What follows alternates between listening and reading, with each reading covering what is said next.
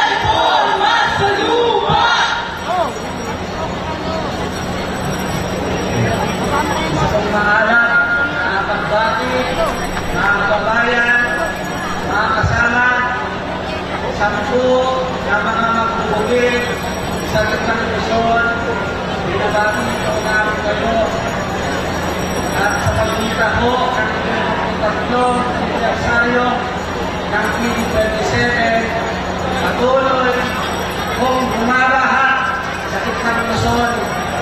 Hindi lang ang baha ng tubig, bunsod ng bagyo, kundi patuloy mo ang pagbaha ng imported na bigas na siyang naghulog sa kalagayan ng ating mga magsasaka.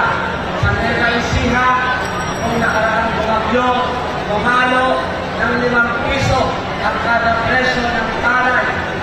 Lugi ang pinaranas ng ating mga magbubukid sa tuloy ng bagyo, lalo sa kabuki ng rice mineralization ito.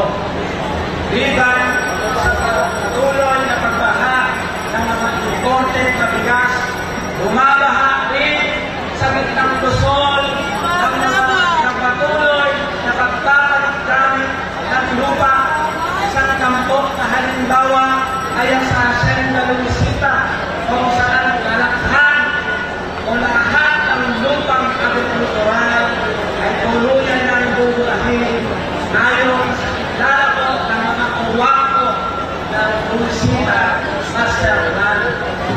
Pero mga kasama, sa kabila ng patuloy na pagbaha nito, sa kabila ng patuloy na demolition at pagpapalayas sa ating mga masa at magbubukid, ang mga magsasaka ng Luzon ay nagkaisa at sama-sama kumilos at kasama natin silang tumumo rito sa karangkahan ng Mindoro, sa karangkahan ng Malacanang, upang inihistro ang kanilang hinaing sa kanilang komunidad at ipanawakan ang tunay na reforma sa lupa. Pero sa kabila ng pasiglahan at pasiglahan palitibaka ang aming mga magsasaka sa Luzon, pinagaha pa rin sila ng matinding digitalisasyon, pinapaghahan ng mga militar at kanilang komunidad upang takutin ang mga kasaki ng mga organisasyon at mga miyembro upang hindi lugawan. Kaya hindi nagpapatinan ang mga magsasaka ng Luzon, tuloy-tuloy pa rin nagkakaisa at sama-sama pagkilos. Kaya mga kasama, patuloy pa rin natin nalawakin at palakasin ang ating hanay upang magsagalon tayo mismo ang magpatupad ng tunay na reforma sa lupa at upang tayo naman ang makinabang sa ating mga magpapagad.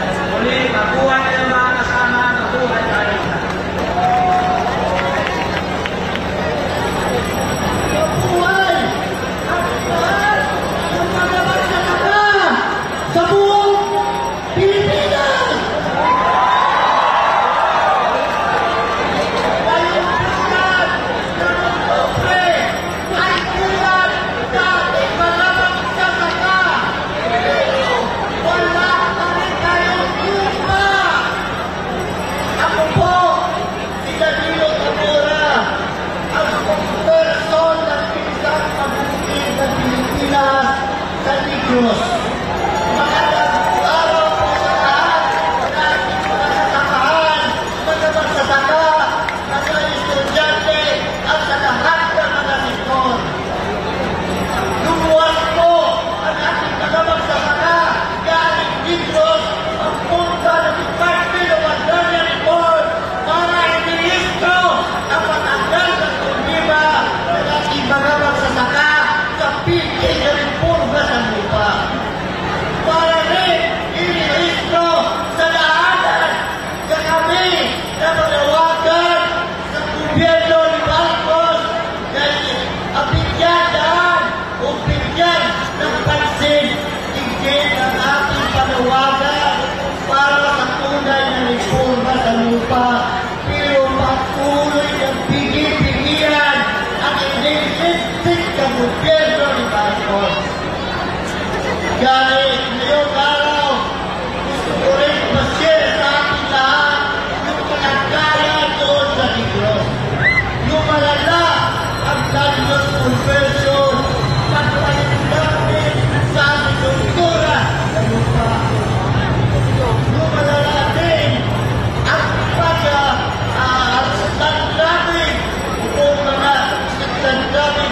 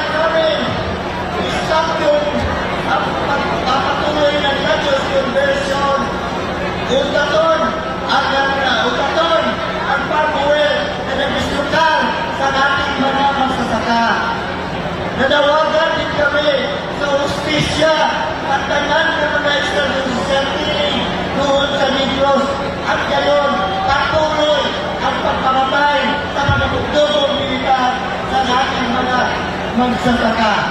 Maraming pong salamat at sa uli, magandang araw po. Tunay na reforma sa lupa! Ipaglaban! Ipaglaban! Tunay na reforma sa lupa! Maraming salamat po muli kay Jenny Rapids at John Carlos Alcaraz para sa alyansa ng magbubukid sa Gitnang Luzon at kay Danilo Tabura mula sa KMP Negros. Uling magsasaka! Pangunahing pwersa! Pangunahing pwersa! Uring magsasaka! Tunay na reforma sa lupa! Ipaglaban! Ipaglaban! Tunay na reforma sa lupa! Mahal na produksyon! Hindi importasyon! Hindi importasyon! Lokal na produksyon!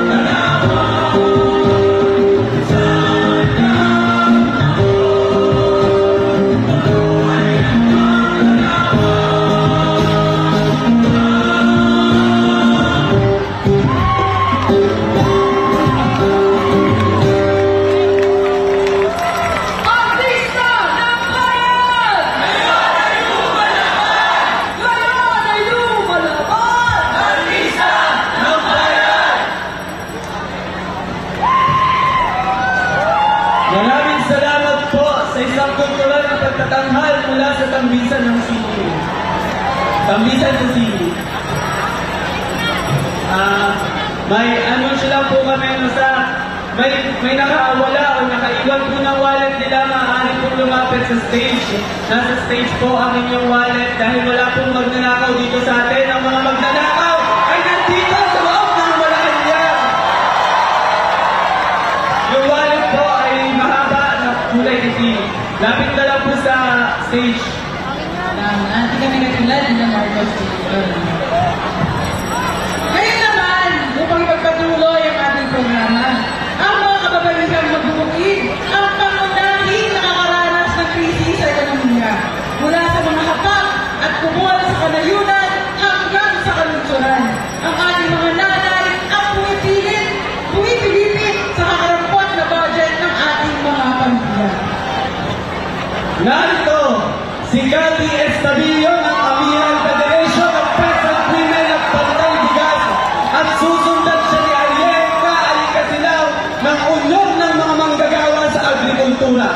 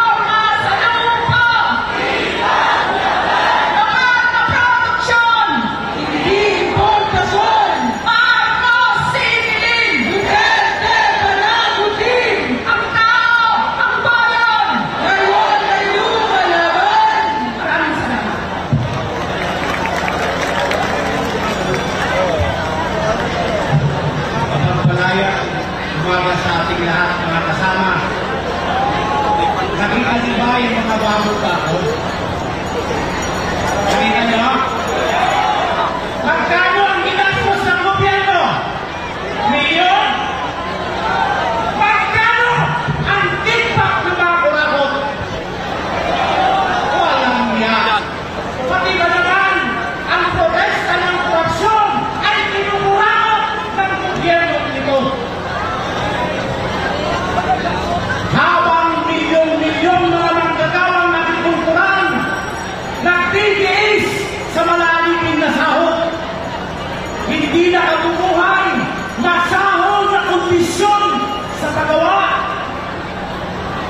pinapaslang pinapakain.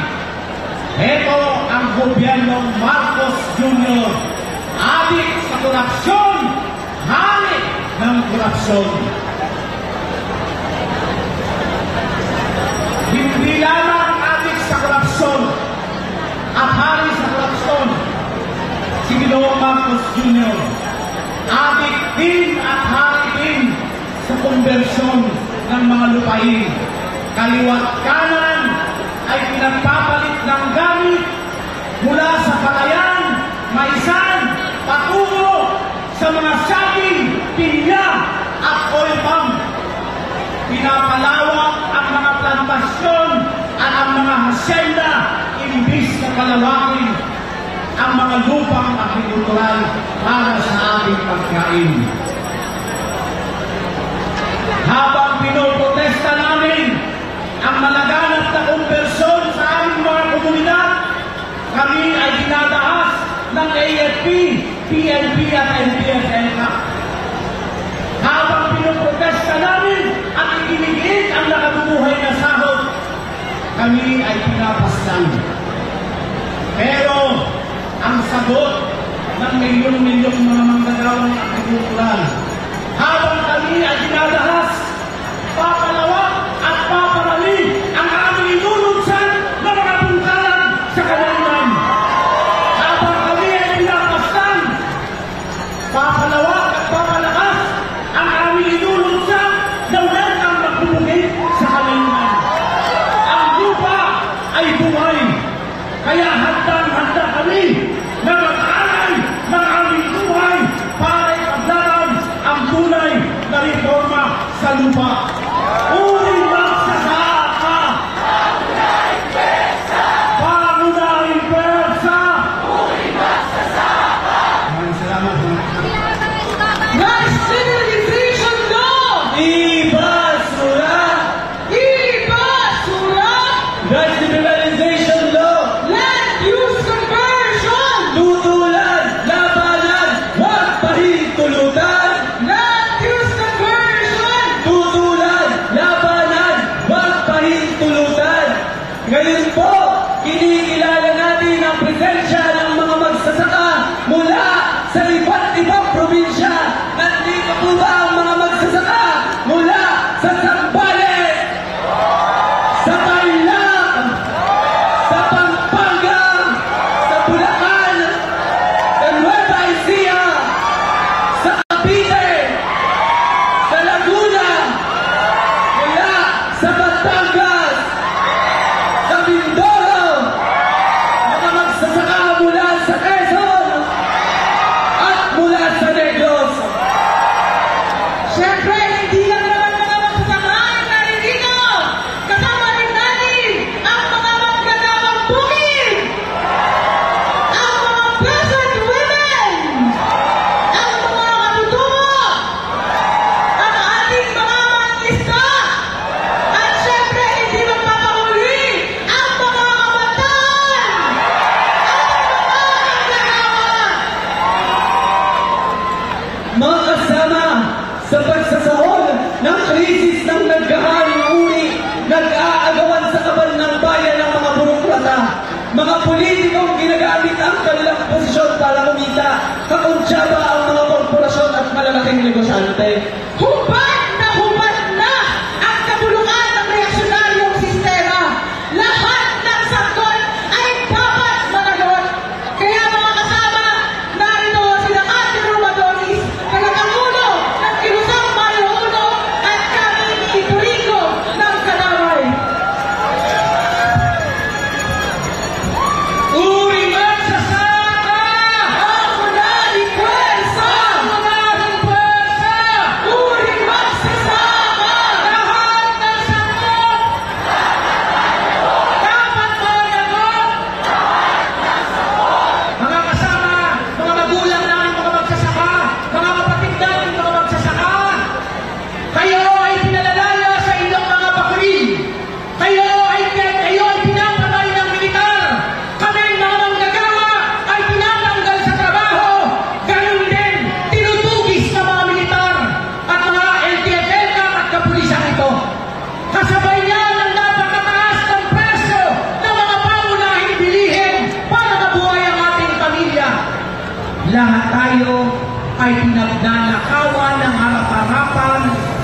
gobyerno ni Bongbong Marcos at ang buong sistema ng burokrata kapitalista. Mga kasama, para itong mga linta, ito ay walang puwang sa isang demokrasya sa ating bansa. Sila po ang nagpapahirap kung bakit milyong-milyong mga Pilipino ang naghihirap sa kasalukuyan. Sila ang pangunahing dahilan kung bakit milyong-milyong mga magsasaka ay walang lupa, milyong-milyong mga manggagawa ay patuloy na nagdarahon.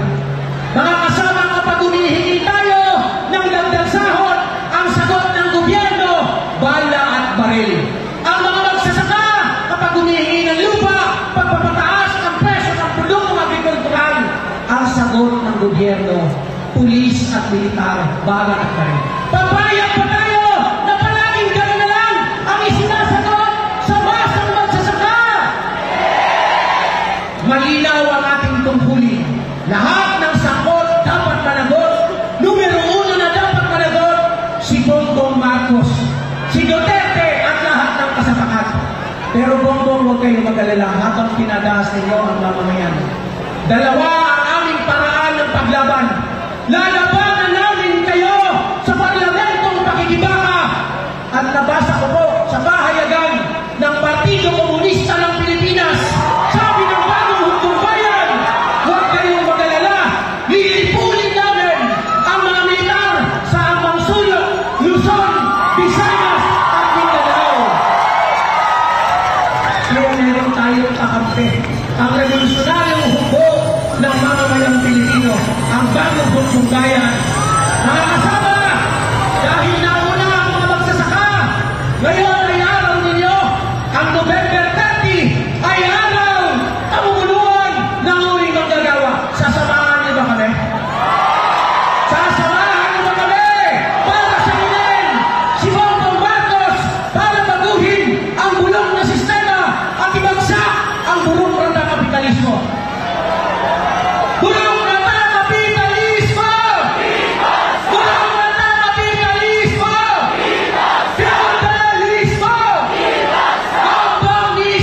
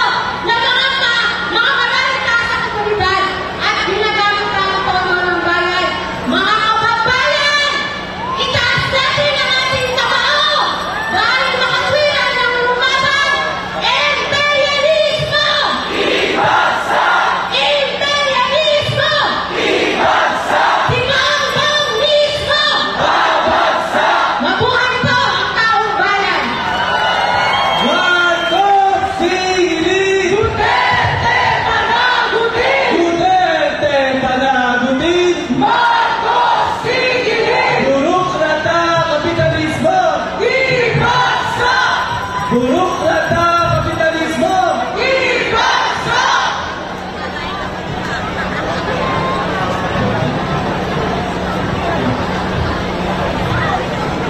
Sa bahagi po ng Team United, kami mga kabataan hip-hop ay nagsama-sama para sa mga pananakot sa tao para ipaglaban ang kanilang lupain.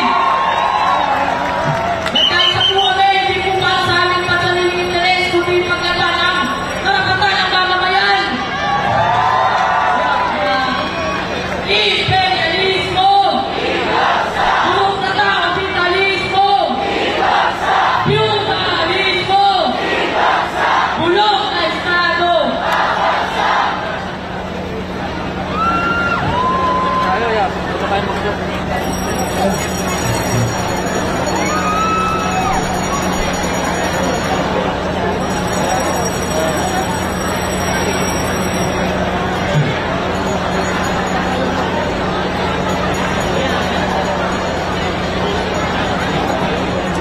Tunay na reforma!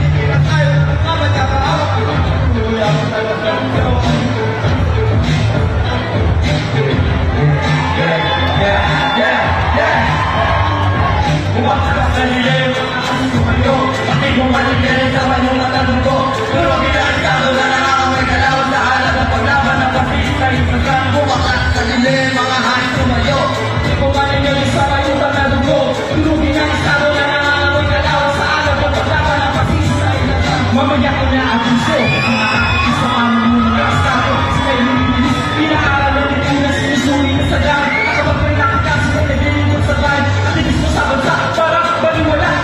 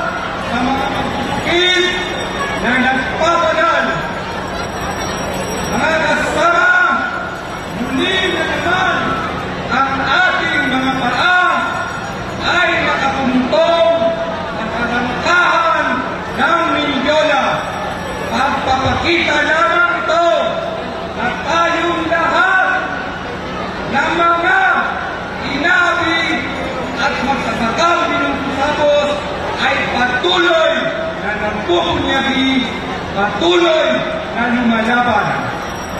Hindi init sa kaalaman ng lahat at mismo ang Malacanang, ang mga nasa estado poder, kung paano nila dinadahas ang mga magbubukid ng Timog Katagalugan. Nagganap ang militarisasyon sa bahagi ng Timog Katagalugan, Mindoro, ang matindi na ganap ng pagbomba sa akin sa komunidad ng mga kasutupong mangyan at ganun din sa probinsya o sa bayan at sa lalawigan ng Quezon at sa lalawigan ng Rizal. Partikular sa Antipolo, halos ginawa ng garrison ang isang barangay sa bahagi ng Antipolo, ang sitio Barangay San Jose at ang sitio San Jose. Mga kasama, matagal nang nagpapagal ang mga magsasaka. Pero patuloy na hindi binibinig ng Estado ang karaniwan ng mga magbubukid. Bumibili ng lupa. Ano ang nagiging tugon?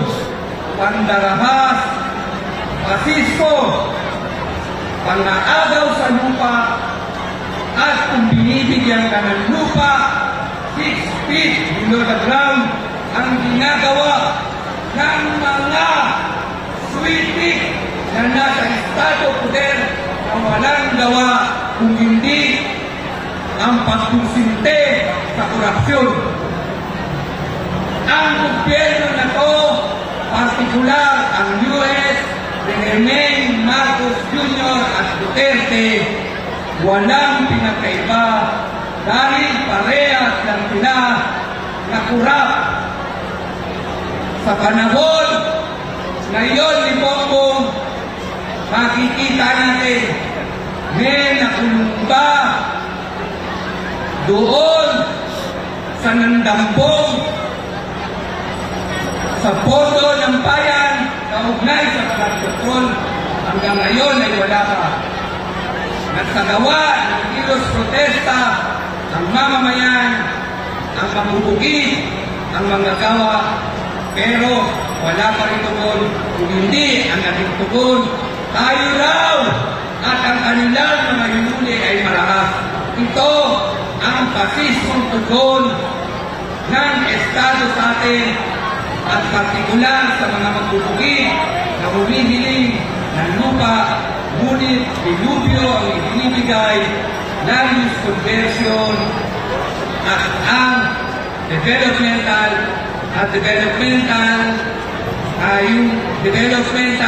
aggression. Ito yung tinatawag na aggression sa kaunlaran na sumisira doon sa kabuhayan ng mga katutubo, sumisira sa kanilang pamumuhay, nagpawasak sa dignidad ng mga katutubo, na apektado pati ang mga magsasaka. Mga kasama, bungkag lahat ang pinatupad sa batas mula ng unang panahon. Walang naibigay o hanggang sa kasalukuyan. May mga magsasaka na puro lang pinanakuan at may mga magsasaka na pinawian ng lupa.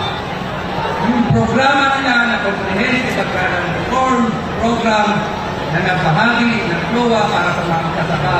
Ngayon, ang halos karamihan ay pinawian dahil ang batas ay walang safeguard. Ngunit patuloy pa rin na nagpupunyagi at tumitindig ang mga magbubugid at mga magsasaka. At ang mga magsasaka sa patuloy na paglandas ng mga magsasaka sa marahas na pinapil ng pitas ng bukirin doon sa kalayunan, patuloy namin naasahin ang talim ng aming tali. Patuloy namin itong susukuhan upang ito ay hindi na kumalat at tumibay, upang ito ay isanib namin sa maso ng mga manggagawa upang ipagpatuloy ang pambansa demokratikong pakikibaka para sa kalayaan. Kaya kung marin na Nabanggit nga kanina ng mga tagapagsalita, sino ang nagtutulak para ang mamamayang api ay tumugo doon sa ikalawang forma ng pakikibaka, mismo ang Estado na hindi tumutugon sa pangangailangan ng mamamayan ng sambayanang Pilipino. Mga kasama, tandaan natin, kailangan sa hanay ng mga magsasaka, patuloy tayong mag-organisa, patuloy na magpalawak, patuloy na magbulat, sapagkat ang ating karapatan ay hindi ibibigay ng Estado. Ito ay kailangan nating ipaglaban. Kaya mga kasama, tandaan, pakikibaka, ang pambansang demokratikong pakikibaka ay dapat natin isagawa at maging masipay. Tayo ang may isang pinaka-abanteng destacamento mga kasama. Pagpupugay sa ating lahat, mabuhay tayo lahat mga kasama.